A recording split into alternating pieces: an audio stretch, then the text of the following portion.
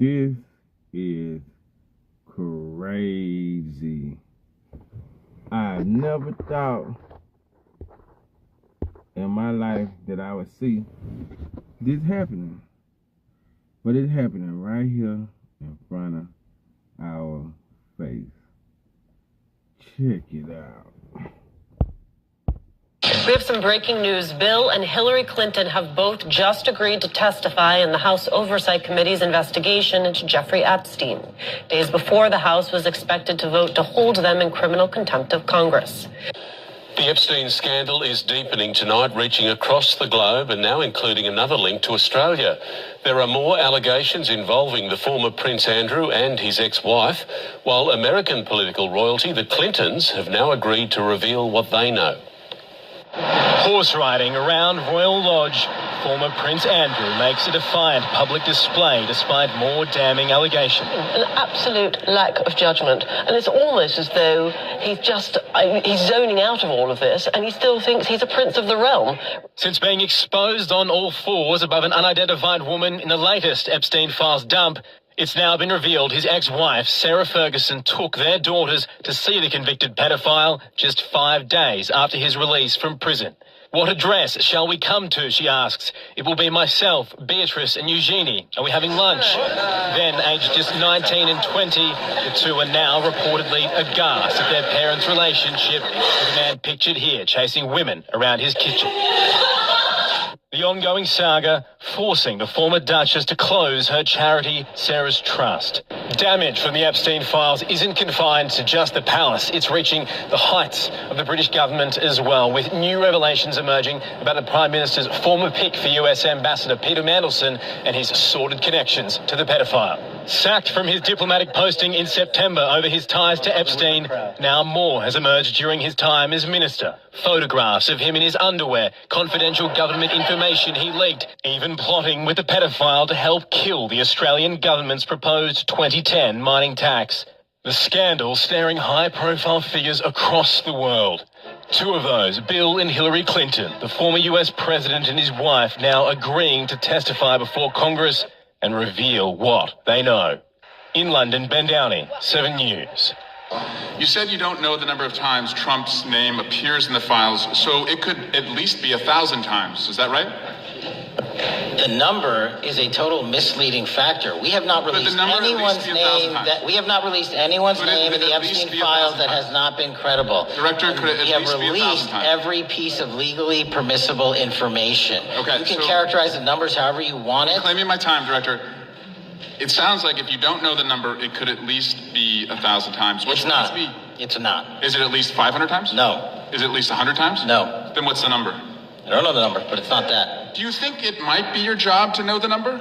My job is to provide for the safety and security of this country. My job is not to engage in political innuendo so you can go out to the sticks and get your 20-second hit in your fundraising article. And keep going, reclaiming your time, because the people of California are being underserved by your representation. If the president is not implicated, why not release everything that involves him? We have released everything, the president and anyone else's side, that is credible and lawfully be able to be released. Your fixation on this matter and baseless accusations that I'm hiding child pedophiles is disgusting. Anyone that says that needs to look at the stats alone and go back to the state of California, who's receiving the biggest surge in FBI resources through my redeployment because the cities of Los Angeles, San Diego, and San Francisco need it. Director, remembering your oath to tell the truth, did you ever tell Donald Trump his name is in the files? I have never spoken to President Trump about the Epstein files.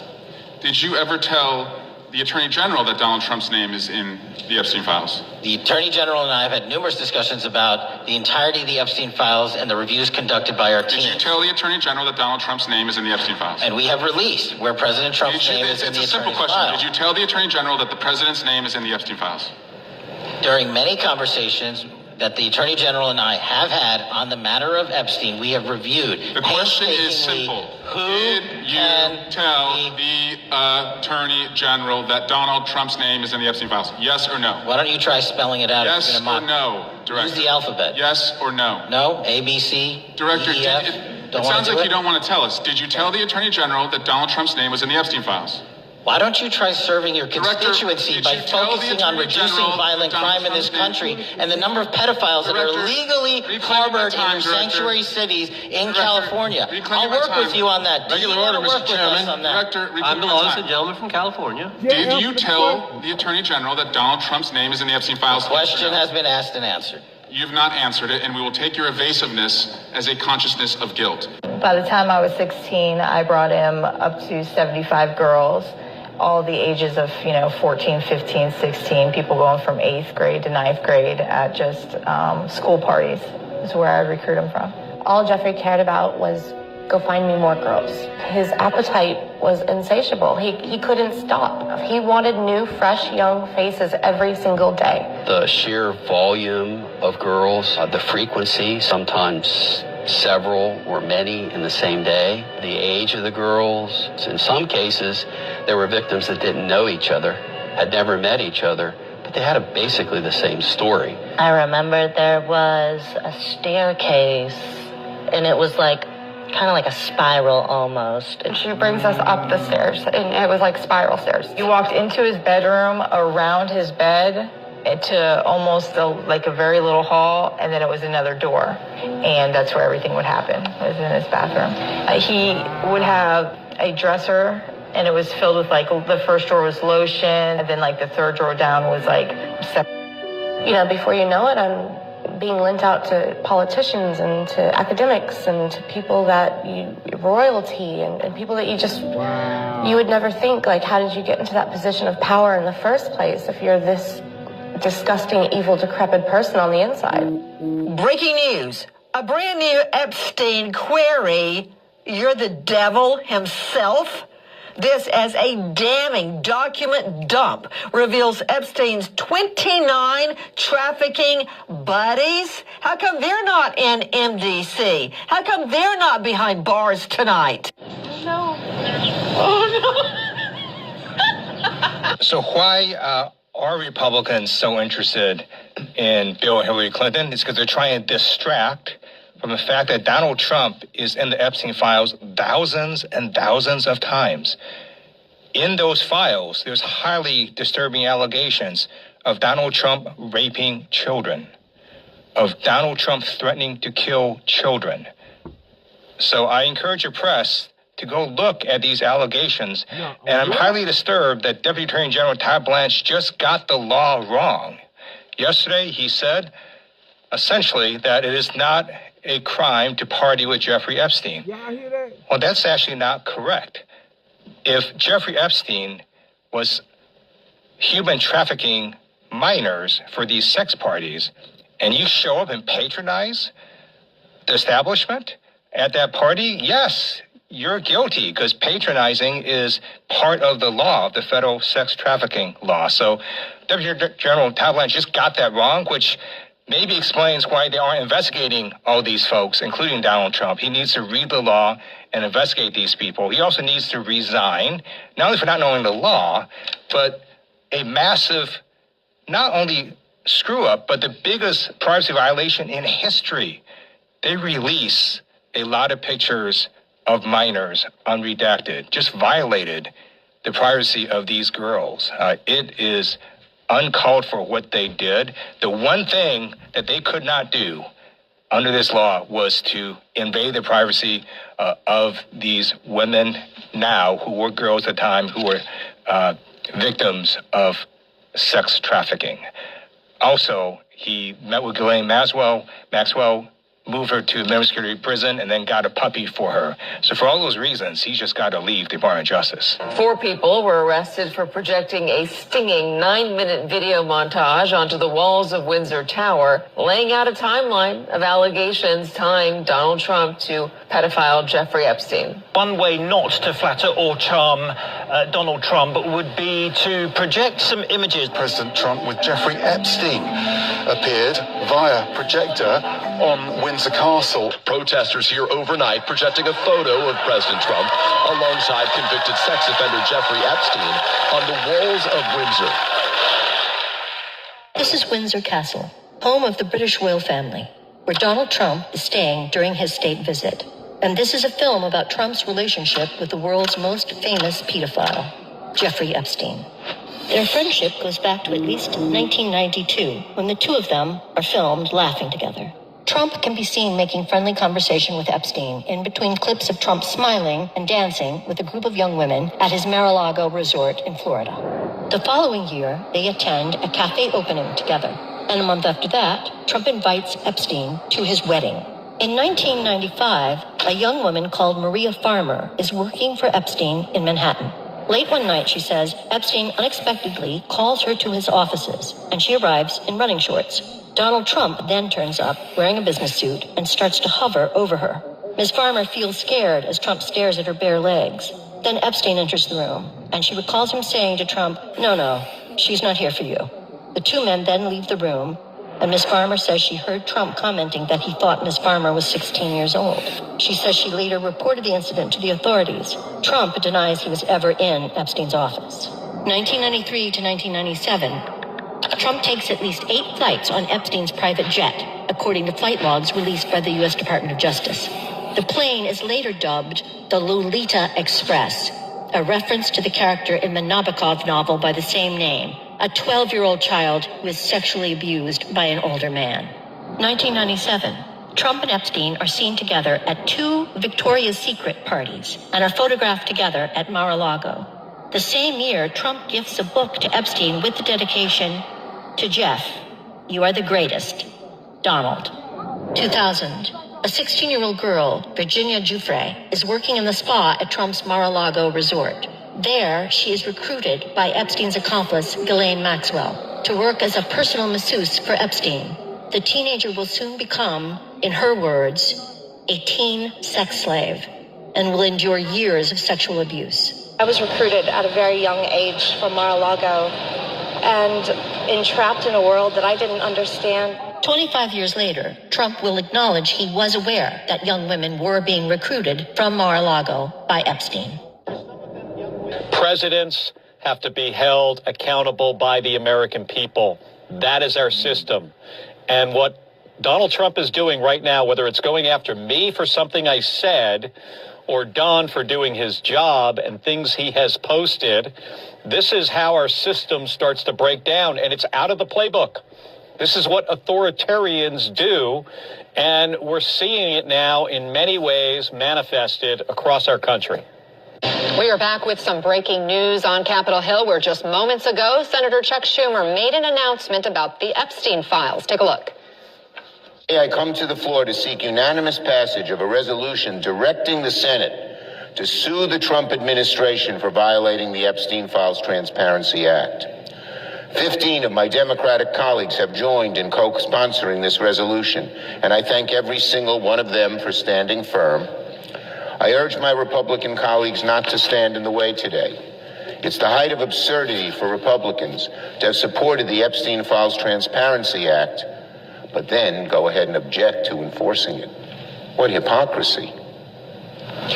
Let's bring in MS Now senior Capitol Hill reporter Ali Vitale and MS Now senior legal reporter Lisa Rubin. Ali, tell us, what exactly is Schumer calling for here? Does it have any teeth?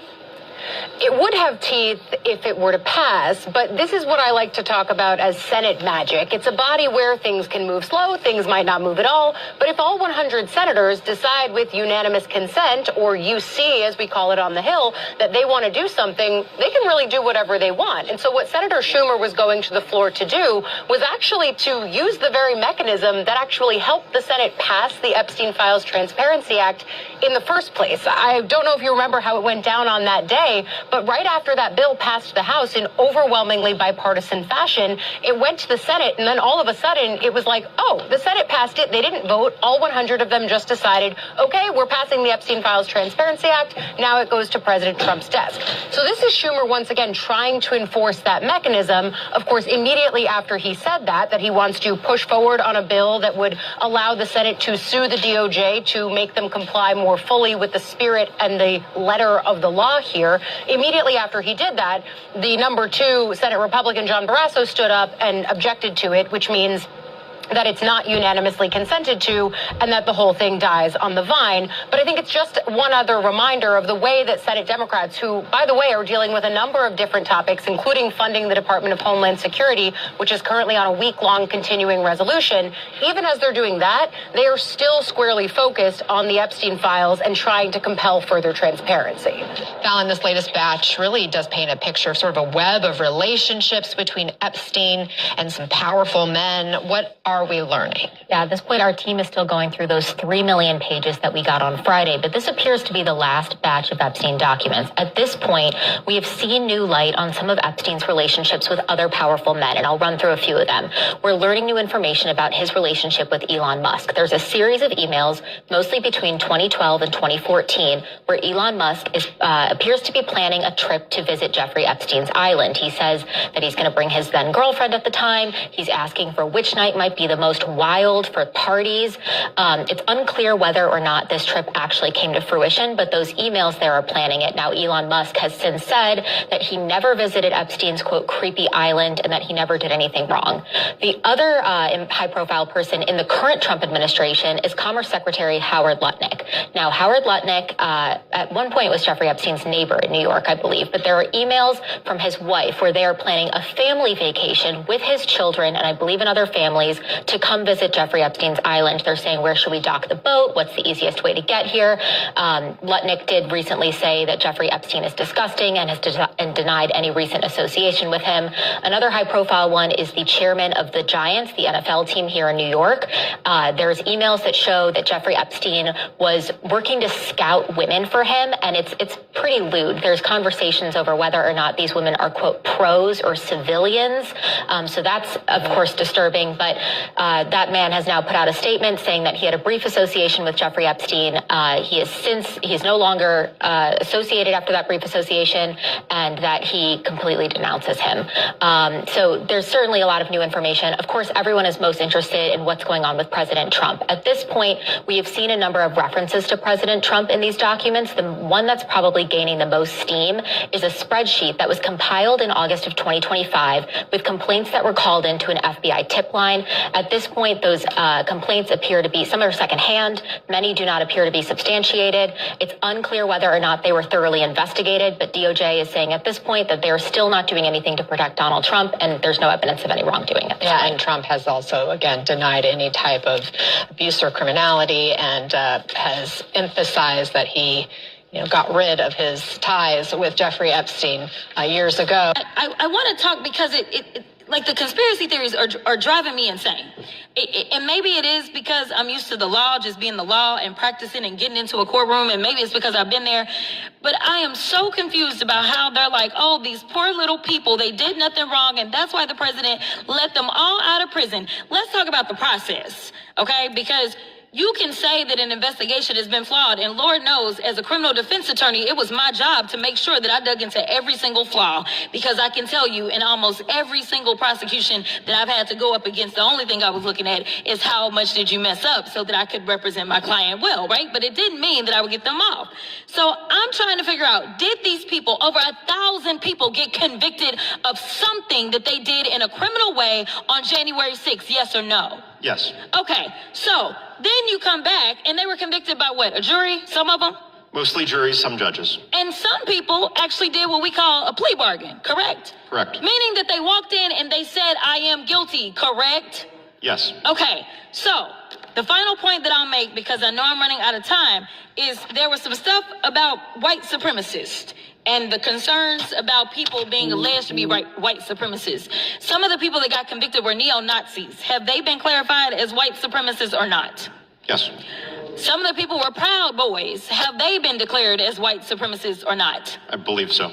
Okay, and then the Confederate flag, has that sometimes been associated with white supremacist groups? I would certainly say it was during the Civil War and since. Okay, and then there's this sign, I'm not going to do it, but it looks like the OK sign with the hand gesture. Has that been associated with white supremacy? Yes. Okay, and as one of the prosecutors that prosecuted some of these cases, did you not have defendants that you felt like may have been white supremacists based on the investigations? Yes, in some cases we had evidence explicitly of it. Thank you so much. I'll yield. Mr. President, are you going to sue Trevor Noah? Last night in a post, you alluded that something could be coming. Yeah, well, he said that I spent time on Jeffrey Epstein's island. I didn't. I mean, he's a lightweight, this guy. He's a terrible, I think he's terrible. I thought he did a terrible job at the Grammys. I thought the whole Grammys was terrible. I watched part of it. It's not watchable. But he was a lousy host. I'd say not as bad as Jimmy Kimmel, but pretty close. They should follow the law, but let's not get our knickers in a twist here. There's no let's not get our knickers in a twist over child rape. Why are you talking like that? It's insane. Like, it's insane. The Epstein Files is insane? A multinational, multi-generational child and woman sex trafficking ring. So your attitude right now, you're sort of like, well, shucks, devil be gone, is just horrifying to me. Every woman in the world that is watching this, why are you acting like you have no idea what's happening here? Scott, He asked me a question about following the law. And what I I'm said they should saying to follow you is the your law. attitude. Yes, and they're not following the law. They're 30 days late on following law, and they didn't explain why they redacted the first things in the first place, which they were also supposed to do. I know. Listen, you at have this a strong point, this is opinion not. about it, and I have a strong opinion about it because it is a disgusting policy do it as that they are fast as doing they this. can. They are hiding it. It is not the behavior of innocent people, and everything that is in these files is.